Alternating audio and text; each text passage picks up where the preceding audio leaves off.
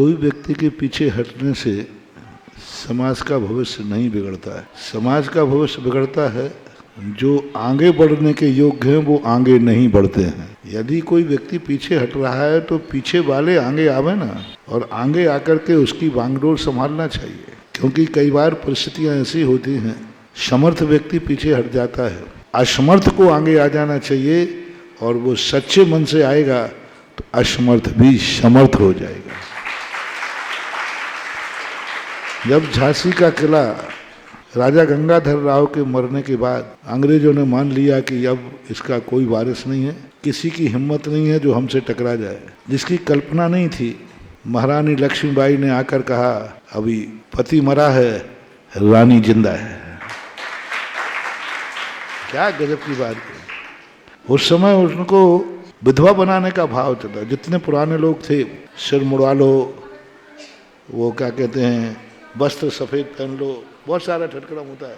महारानी लक्ष्मीबाई के सामने वह समस्या थी, बहू रानी थी और विधवा को प्राप्त हो चुकी थी, गंगाधर राव का मरण हुआ, पर उसने वैधव्य स्वीकार नहीं किया और जाकर अंग्रेजों के सामने बोले भारत देश में नारी अर्धांगिनी होती है, और अर्धांगिनी का अर्थ होता है बराबर का हिस्सा। राज्य के हमारे पतिदेव मरे हैं, अभी रानी जिंदा है, और रानी जब तक जिंदा है तुम झांसी में प्रवेश भी नहीं कर सकते।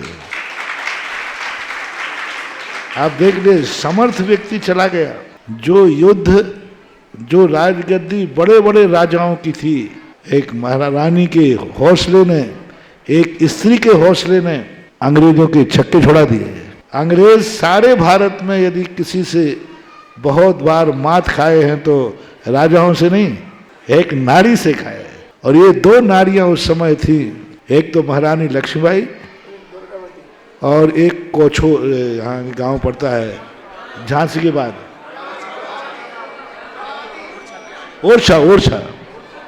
ओरछा की रानी और महारानी लक्ष्मीबाई, ये दोनों इतनी जबरदस्त थी कि अंग्रेजों को लोहे के चने चबा दिए। और महारानी लक्ष्मीबाई को जब ओरछा की रानी का पता चला तो ओरछा की रानी भी बहुत वीरांगना थी। महारानी लक्ष्मीबाई ने बुलाया तो वो नहीं आई, इतनी स्वाभिमानी थी। तो महारानी लक्ष्मीबाई ने अपराध करके ओरछा रानी की बंदी बन करके और महारानी ओरछा से मिलने गई।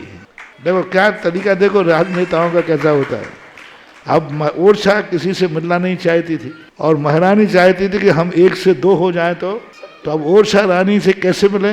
तो महारानी लक्ष्मीबाई ने अपराध किया, उसकी सीमा में घुस गए, और जैसे सीमा में घुसे तो लोगों ने उसको बंदी बना लिया, और बंदी हथकड़ी डलवा करके और ओरछा के महल में पहुंचकर कहा, और उनके सैनिकों ने कहा ये महारानी लक्ष्मीबाई हमारी सीमा में प्रवेश करने का अपराध किया है, इसके उसमें उनको बंदी बना के लाए।